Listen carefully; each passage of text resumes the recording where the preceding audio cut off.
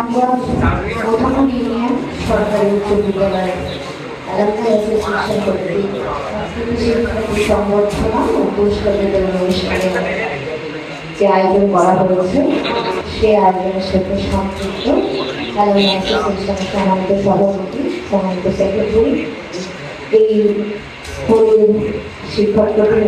আজকে এরকম একটি প্রোগ্রাম আয়োজন করা হয়েছে উপজেলা নির্বাহী অফিসার হিসেবে, যে প্রোগ্রামে সকল উপজেলা নির্বাহী অফিসার বারবার যেতে চাইবে, কৃতি শিক্ষার্থী সংবর্ধনা।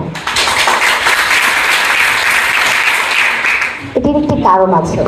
আমি যতটুকু আজ করতে পারছি, আমার কৃতি শিক্ষার্থীরা সামনেই বসে আছে, ওই চেয়ারটাতে আমরাও একদিন ছিলাম। জিপিএ 5 প্রাপ্তদের কাছ এই যে সংবর্ধনা, এটা আমি নিজেও ব্যক্তিগতভাবে পেয়েছি। এখান থেকে অ্যারাউন্ড এখন যদি 24 সাল হয়, তো আরো আগে আমার 2005-এ আমার এইচএসসি আমি তখন পেয়েছি। তো এখান থেকে আমার ধারণা অনেক খুবই কম বয়স, হয়তো অনেকে জন্মগ্রহণও করেনি তখন। তো এটা আমার জন্য অনেক সুখের যে আমি কৃতি শিক্ষার্থীদের সংবর্ধনাতে আমরা এসেছি দেখছি। আমার কিছু বক্তব্য আছে কৃতি শিক্ষার্থীদের উদ্দেশ্যে, প্লাস যারা কৃতি হওয়ার পথে যাত্রা করছে তাদের প্রতি। There is a slight difference, I should say not slight, there is a huge difference between confidence and overconfidence. আমি অনেককে এই যাত্রা পথে, আমার দীর্ঘ ক্যারিয়ার এবং আমার শিক্ষা জীবন এই পথে দেখেছি ঝরে পড়তে। আমি আগে প্রথমে একটু সত্য কথা বলি, ঝরে পড়তে দেখেছি বিকজ অফ ওভার কনফিডেন্স। আমি কিছু না করলেও পারবো, খুব ইজিলি আমি যে কোনো হার্ডল পাস করতে পারবো, এটা হলো ওভার কনফিডেন্স। আর কনফিডেন্স হলো আমি যদি পরিশ্রম করি আমি সফল হব। all of us should have that confidence, not overconfidence, তাই না?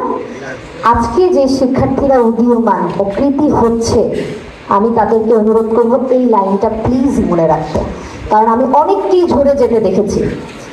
জীবনের প্রথম সবচেয়ে বড় পরীক্ষা হলো এসএসসি। এটাতে যে ভালো করবে মানে সে কিন্তু অন্য সবার থেকে একটু এগিয়ে গেল। আমাদের অলরেডি একজন বক্তা কিন্তু মাঝখানে বলেছেন এই হার্ডলটা যে পাস করেছে মানে পরবর্তীতে তার যে মার্কস এডিশন হবে পরবর্তী বিভিন্ন পরীক্ষায়, চাকরি পরীক্ষায়, সেখানে কিন্তু সে অলরেডি একটা ভালো জায়গা দখল করে রেখেছে।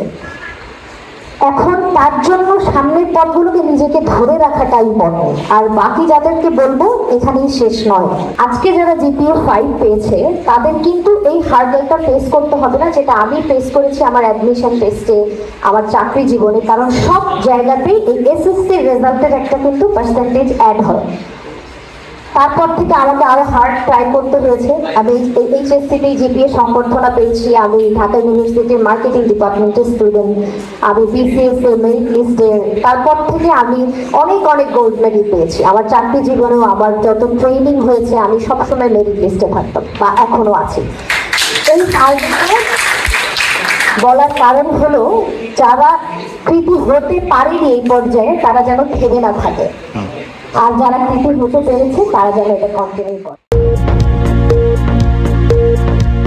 আমরা কেন এই অনুষ্ঠানের আয়োজন করেছি, তারা যেন তাদের দেখা দেখি যেন আগামীতে সে 14 যেন 28 জন হয়, যার কারণে আমরা এই ফ্যাক্ট অফ পেয়েছি। ছোট্ট একটা উপহার, কিন্তু সেটা অনেক সম্মানজনক। আজকের অনুষ্ঠানে উপস্থিত রয়েছেন রামগঞ্জ উপজেলার সেতুত নির্বাহী অফিসার এবং অত্র বিদ্যালয় ব্যবস্থাপনা কমিটির সম্মানিত সভাপতি যারা মোহাম্মদ শারমিন ইসলাম মহোদয়।